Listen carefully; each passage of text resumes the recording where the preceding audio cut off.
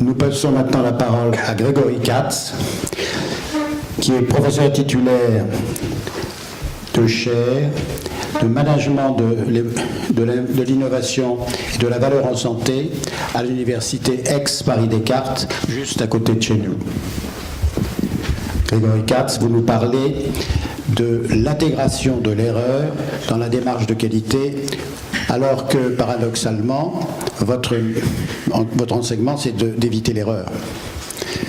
Oui, mais en fait, le sujet que vous m'avez confié et que j'ai accepté de traiter renvoie au concept d'innovation, qui est le sujet de cette réunion aujourd'hui, et aussi au sujet de la qualité. C'est des termes qui sont polysémiques. On a toujours du mal à définir ce que c'est que l'innovation et la qualité. Chacun a sa définition, j'ai la mienne. L'innovation, c'est l'adoption de nouvelles technologies ou de nouvelles organisations qui génèrent de la valeur. Et le concept de valeur, aujourd'hui, est en train d'apparaître comme un concept clé de la qualité. La valeur, c'est les résultats des soins qui importent aux patients rapportés au coût pour atteindre ces résultats. On sait aujourd'hui, avec près de 50 ans de médico-économie, comment mesurer des coûts. Mais aujourd'hui, la santé est un des seuls secteurs où on a encore du mal à mesurer les résultats, parce qu'on n'est pas d'accord sur les critères de mesure des résultats. Et donc, le sujet d'intégrer l'erreur dans une démarche qualité est un sujet qui implique, implicitement, de comprendre ce qu'on entend par succès en santé. Comment définir le succès en santé? Un chirurgien visionnaire, Ernest Amory Codman, a apporté une réponse. Il est diplômé de la Harvard Medical School en 1895 et rejoint le Mass General Hospital en tant que chirurgien. Et dès son entrée dans l'équipe, il propose de créer la première conférence de morbimortalité. Et quelques années après, il se voit rejeté de l'équipe et perd tous ses titres académiques parce qu'il a proposé d'évaluer la compétence des chirurgiens sur la base des erreurs commises et de pouvoir organiser un programme de formation de manière à, d'une part, documenter ces erreurs, les analyser et, par itération successive, les réduire. Une fois sorti de l'hôpital, il crée son propre hôpital qu'il appelle le End Result Hospital, l'hôpital du résultat final. Il rend public ses résultats et constate sur près de 300 patients que près de 33%, un tiers, comportent des erreurs qu'il documente et il arrive à cette conclusion qui est que finalement chaque chirurgien, chaque praticien a le devoir de suivre son patient suffisamment longtemps pour vérifier le succès, c'est-à-dire le bénéfice thérapeutique pour le patient. Et si ce bénéfice n'est pas atteint ou pas suffisant, il faut être en mesure de dire pourquoi et comment y remédier. Alors, c'était il y a plus d'un siècle. On est aujourd'hui au XXIe siècle et on constate que la variation des résultats est bien plus préoccupante qu'on le pense. 5 pays seulement mesurent cette variation. Les autres ne se mesurent pas encore. Vous voyez que, par exemple, pour le pontage, le taux de mortalité en Grande-Bretagne varie du simple au quadruple selon l'établissement où vous faites opérer. Pour tout ce qui va être PTH ou PTG, ça varie du simple au quintuple en Allemagne. Et vous voyez que, par exemple, les complications pour les prostatectomies radicales aux Pays-Bas varient de 1 à 9. En bas de la liste, vous avez un taux de complications capsulaires pour la chirurgie de la cataracte qui varie de 1 à 36 en Suède. Et dans ces pays, vous avez la présence de registres qui systématiquement rassemblent les résultats. C'est une obligation, c'est un devoir. Ces registres sont payés par la puissance publique et le devoir du praticien est de faire remonter à la puissance publique les résultats, c'est-à-dire le bénéfice thérapeutique pour le patient mais pour la société également. Il y a également une divergence des perceptions des résultats selon que l'on est à la verticale au chevet du patient ou bien qu'on est allongé dans le lit. Vous voyez ici pour le cancer de la prostate, après radiothérapie, la perception du praticien en bleu et du patient en rouge, pour tous les effets secondaires comme la fatigue, la douleur, les diarrhées, la libido, l'impotence. Et cet écart montre également que le sujet de ce qu'on appelle un résultat ne fait pas l'unanimité.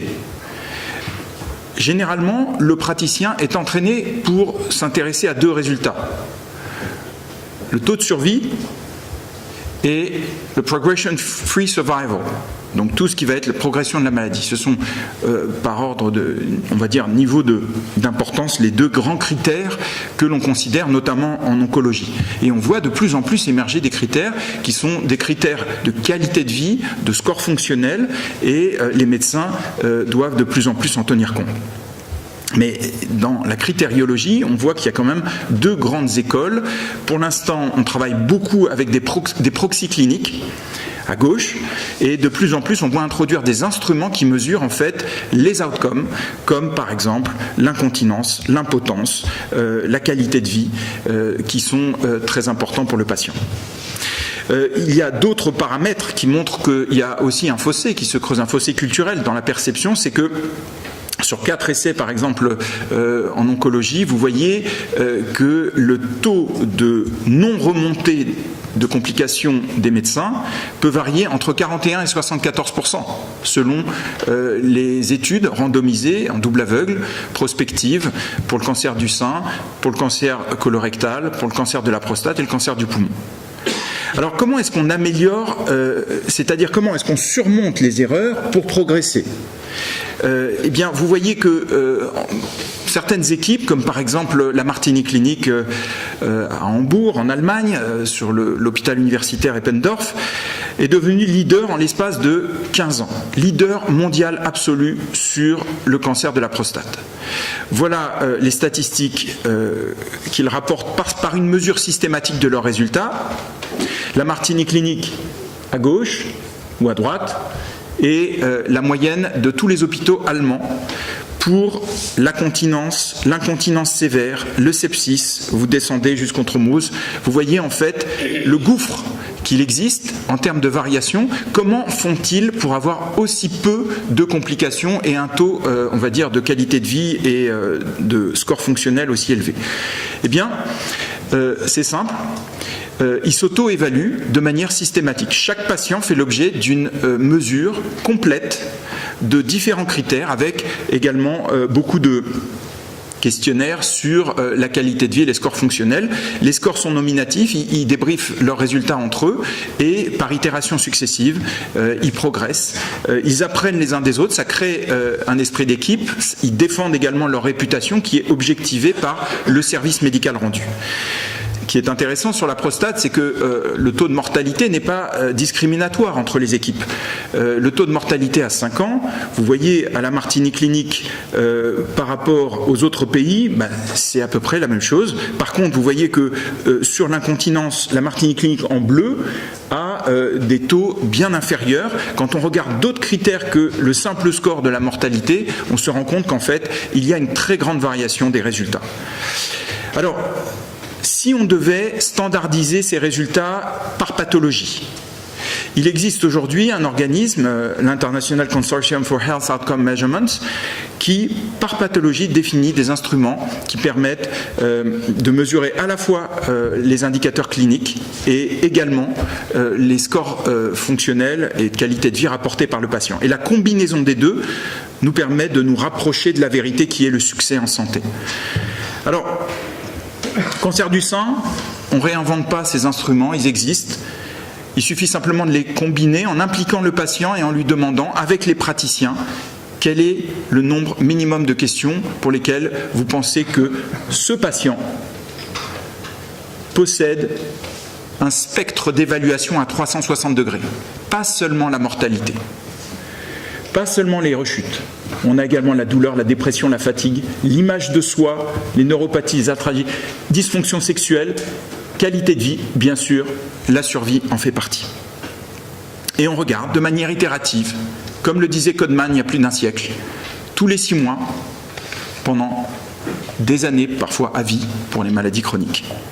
C'est un travail très laborieux, mais très important, et on se rend compte qu'en fait la transparence de ces résultats a permis, par exemple au registre aux Pays-Bas, de diminuer de manière drastique ces complications. Vous voyez que le taux de mortalité intra-hospitalière a diminué de 43% en seulement 4 ans, et chaque point qui représente un hôpital, c'est comparé aux autres hôpitaux, et vous voyez en fait le peloton qui se crée en 4 ans, parce que tout sujet éclairé modifie son comportement, personne ne veut être en arrière, et donc il y a un mimétisme qui se crée. On a pu l'observer chez Kaiser sur le taux de mortalité par rapport à également Medicare, Medicaid, et sur les registres coronaires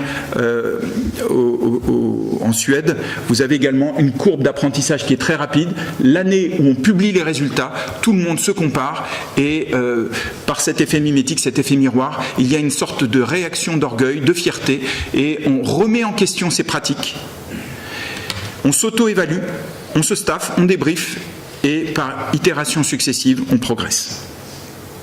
En Suède, vous avez cette expérimentation qui a permis en 2 ans, pour la prothèse de hanche, de genou, pardon, de diminuer en 2 ans seulement de 18% les complications, les réinterventions de 23%, le coût par patient et également les arrêts de 17%. Alors comment aujourd'hui ces résultats sont rendus transparents? En Grande-Bretagne, le National Health Service met en ligne sur son portail MyNHS les résultats du registre pour l'orthopédie, et vous avez en fait à la fois des données de qualité de vie ici, on classe les hôpitaux, on crée des quintiles pour segmenter en fait et hiérarchiser les outcomes qui sont bien sûr ajustés au profil de sévérité du patient, ce qui est la base de la comparaison évidemment, et ce risk adjustment est réalisé par des indicateurs cliniques. Aux États-Unis, Medicare Medicaid a mis en place également en ligne un site qui s'appelle hospitalcompare.gov qui permet aussi de comparer sur la base de complications les hôpitaux, également le taux de réadmission non programmé, le paiement également et la valeur générée. Là, c'est sur par exemple l'AVC, vous vous rendez compte que certains hôpitaux dans la région de Boston, comme le Mass General, pour faire un clin d'œil à Ernest Amory Codman, ont des taux en fait de réadmission non programmée supérieurs. Ça peut être simplement parce qu'il y a un sous-staffing et qu'il y a 1 ou 2 personnes qui sont en arrêt, en congé, et qu'il faudrait simplement peut-être regonfler l'équipe et réorganiser les choses. En France, on a créé pour la première fois, il y a 2 ans, la première expérimentation de mesure des résultats pour la chirurgie de la cataracte, qui est la chirurgie la plus pratiquée en France. On se rend compte qu'en fait, et ça c'est des données publiques, que le taux de recours pour la cataracte varie du simple au double selon le département où vous vous trouvez. Alors on prescrit plus ou moins la cataracte, mais on est incapable de dire s'il y a surprescription ou sous-prescription, tout simplement parce qu'on est incapable, à ce jour, de mesurer le service médical rendu pour le patient. Si on était capable de mesurer le service médical rendu pour le patient, en l'interrogeant à travers un outil standardisé, alors on pourrait dire si on sur- ou sous-prescrit la cataracte. Donc, cette logique, en fait, nous a amené à utiliser un instrument standardisé qui est l'instrument iCHOM, que aujourd'hui plus d'une centaine d'hôpitaux utilisent dans le monde, ce qui crée un registre mondial. Et on compare 9 questions qui portent sur le quotidien du patient. Est-ce que vous arrivez à reconnaître le visage des gens que vous croisez, à lire dans un journal de 1 à 4, et vous avez un score préopératoire en orange et un score post-opératoire en bleu. La différence entre le score post-op et pré-op mesure le résultat des soins, c'est-à-dire le degré de succès de la chirurgie et son bénéfice thérapeutique pour le patient. Ce résultat est partagé avec le patient. Le patient apprécie, évalue également le bénéfice au quotidien que la chirurgie lui a procuré. On est bien, vous pouvez remettre il y a une erreur de c'est bien poste en bleu. Oui, c'est une erreur. Oui, d'accord. Je vous prie de m'excuser, c'est une erreur. Non, non,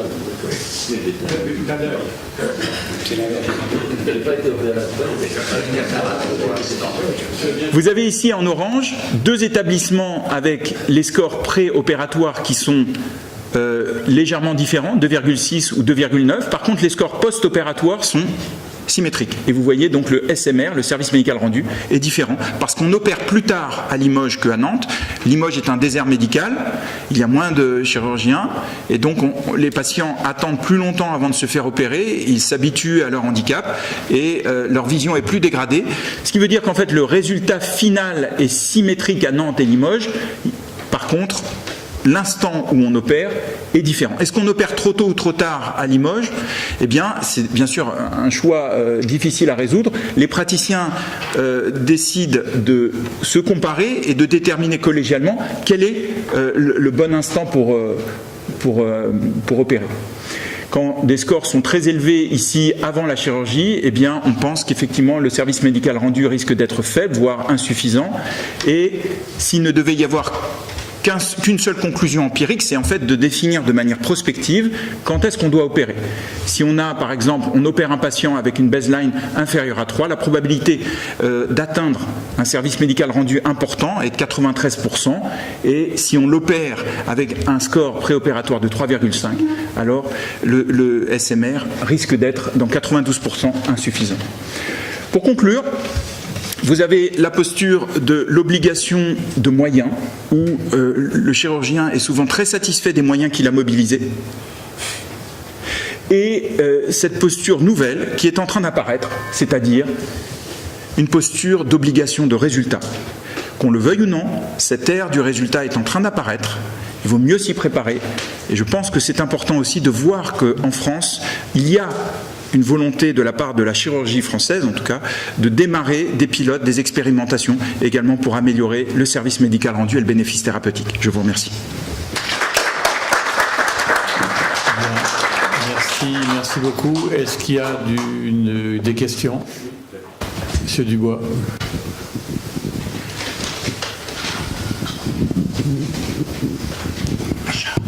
Oui, pour le taux de complication, je crois que ce qui est très important, c'est la qualité du recueil des données. Parce que je me souviens d'avoir été très frappé et choqué. Aux États-Unis, c'était à UCLA dans les années 50, c'est pas d'hier, par un taux de complications post-opératoire considérable. Et je me suis aperçu qu'on prenait en compte le fait que les infirmières systématiquement faisaient un prélèvement sur la plaie avant la sortie des malades. Et il y avait très souvent des germes, malgré tout. Et c'était des complications mineures, sans aucune complication, aucune implication, mais qui changeaient les statistiques du tout au tout. C'est un point essentiel, effectivement, l'idée de standardiser les résultats. Standardiser les indicateurs implique de standardiser les procédures de collecte, mais pour aller encore plus loin, on doit même standardiser les questionnaires. Car vous avez aujourd'hui des questionnaires, par exemple, sur la cataracte qui sont en anglais, mais on a une traduction nantaise en français, une traduction marseillaise, une traduction lilloise, et l'idée aussi, si on souhaite se comparer, c'est bien sûr de le faire de manière très rigoureuse et très homogène. Donc la standardisation de la collecte et des instruments est absolument fondamentale. Il y a Bernard Lebel, une question courte, une réponse courte. Oui, Lebel-Rennes, une question et une remarque. La question, c'est, on est tous d'accord avec vous, hein, formidable, diminuer nos complications et améliorer nos résultats.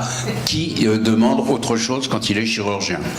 Ce que vous avez dit, c'est que tout ce que vous proposez, c'est quand même assez laborieux. Alors ma question est, comment vous voyez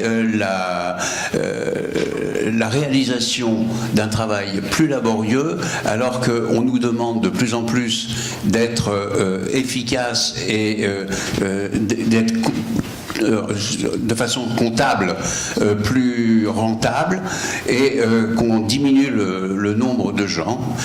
Et ça, c'était la question, mais ma réflexion, elle est aussi à propos de ce qu'a dit Madame Buzyn, que j'aime bien par ailleurs.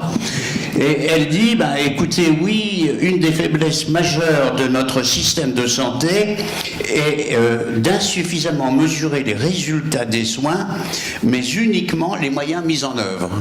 Alors, ce que je voudrais dire, c'est qu'en tant que chirurgien, enfin, c'est l'expérience, hein, on a les réunions de mortalité. On a le souci de reprendre tous nos cas en permanence pour voir ce qui s'est passé. On a la surveillance de toutes les équipes autour de nous qui regardent. Et enfin, et c'est le grand élément, on a les patients, parce que peut-être dans les grandes villes, je ne sais pas, mais moi j'étais à Rennes, je peux vous dire que vous faisiez 3 ou 4 erreurs majeures ou grosses complications, vous perdiez immédiatement tout un quartier ou toute une toute une région de la Bretagne. Alors, c'est vrai qu'on peut encore faire mieux, on peut encore y passer plus de temps, et on est tout à fait d'accord. Est-ce qu'on en a les moyens? C'est la question que je vous pose. Est-ce qu'on a les moyens de rester dans la situation dans laquelle nous sommes? C'est comme ça que je comprends votre question. Aujourd'hui, les praticiens ou les professionnels de santé sont payés en fonction du volume d'actes réalisés. Et pour la cataracte, ce volume a augmenté de 40% entre 2008 et 2016. Le GHS a diminué, donc le paiement des établissements a diminué de 40% également. Donc comme c'est une enveloppe fermée, plus vous faites d'actes, plus on dérembourse, plus en tout cas on décote, on dévalorise quelque part aussi l'acte. L'idée c'est de transformer un système qui est fondé sur le volume d'actes en un système qui est fondé sur la valeur des actes. Et la valeur, c'est les résultats divisés par les coûts. Autrement dit, si vous souhaitez continuer dans une logique d'efficience, il faut adopter de nouvelles métriques qui consistent non pas à faire plus d'actes, mais peut-être à les retarder dans le temps de manière à améliorer le service médical rendu et que la réputation de l'équipe et du praticien soit fondée sur un score objectivable qui sera transparent. Et donc l'objectif, c'est pas de faire plus d'actes, mais d'en faire peut-être un peu moins en mesurant. S'il n'y a pas cette mesure, et on s'étonne qu'au XXIe siècle, on continue en fait de demander de manière qualitative aux patients comment vous portez-vous. L'objectif ici, c'est de dire non, c'est pas comment vous portez-vous, c'est combien vous portez-vous. Et qu'on discute ensemble des résultats quantitatifs en fonction de vos attentes et des résultats atteints. Ce qui permet ensuite, quand vous avez par exemple des scores qui sont déjà très élevés, de dire aux patients que peut-être il aurait intérêt pour la cataracte, ce qui est un cas bien spécifique, on est tous d'accord, de retarder l'opération de manière à atteindre un SMR qui soit considéré comme élevé. Ce qui veut dire qu'en fait, les praticiens s'attendent dans ce contexte, à Nantes et Limoges, à réaliser par exemple 5% d'actes en moins. Donc par rapport à l'intervention de tout à l'heure, l'idée c'est d'éviter justement ce burn-out et toutes les conséquences organisationnelles et de faire imploser l'équipe. Là c'est justement de se recentrer et de ressouder l'équipe, et on a vu plein d'établissements qui ont créé en fait un esprit d'équipe en se recentrant sur la valeur des soins, c'est-à-dire en disant on fait moins, on mesure, on améliore le parcours et on voit l'impact de cette amélioration sur les résultats. Et ce phénomène est itératif. Il y a un véritable esprit d'équipe et une cohésion d'équipe qui se crée à travers cette mesure. Merci François. Oui, Une question. non, je voulais féliciter Grégory Cat et le remercier d'ailleurs parce qu'il était venu faire le discours inaugural quand j'étais président de l'Académie de chirurgie, et lui poser une question brève. C'est les registres de l'Académie de chirurgie, dans le rapport qu'on a écrit en 2013, on avait déjà parlé des registres et demandé. On a déjà à plusieurs reprises, avec Philippe Parr notamment, été à la CNAM pour dire comment on peut s'organiser pour rendre obligatoire ces registres. Quelles sont vos préconisations? Car je dois dire, ça fait 5 ans qu'on se bat pour ça et on avance très très doucement, trop doucement à notre avis. C'est le terme obligatoire qui pose problème. Il faut donner envie. Et les praticiens, il y en a 41 qui réalisent 15 000 cataractes par an. Ils ont envie de se recentrer sur leur vocation première, qui n'est pas de réaliser du chiffre d'affaires ou d'opérer à tout crin, qui n'est pas d'avoir un taux d'occupation du bloc opératoire de 100%, mais de générer la valeur qui importe au patient, c'est-à-dire des critères qui permettent de faire la différence dans le quotidien du patient. Et je pense que ces valeurs-là sont partagées par les gens de l'assistance. Néanmoins, tant qu'on n'est pas passé dans une mesure quantitative, objectivable, on dématérialise, c'est-à-dire que la collecte n'est pas un fardeau supplémentaire qui ralentit l'activité du service, c'est une collecte qui est bien sûr dématérialisée dans la salle d'attente, sur une tablette, il y a 9 questions, le patient est accompagné éventuellement d'un orthoptiste qui lui permet de répondre s'il ne comprend pas bien. On a un taux de réponse de 97%.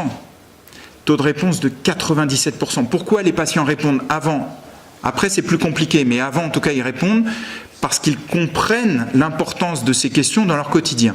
Et donc, il y a également un rapprochement dans la relation patient-chirurgien qui se crée. Les chirurgiens eux-mêmes se comparent et rentrent dans une logique de cooptation et d'entraide. Et ça, c'est quelque chose également de très appréciable, alors que souvent, dans l'exercice libéral, on peut voir parfois poindre des rivalités. Là, on défend l'équipe, on défend l'établissement, et la transparence rend ou crée de la fierté pour l'équipe. Ça, c'est quelque chose également de très appréciable qui diminue les tensions. Merci. Merci beaucoup.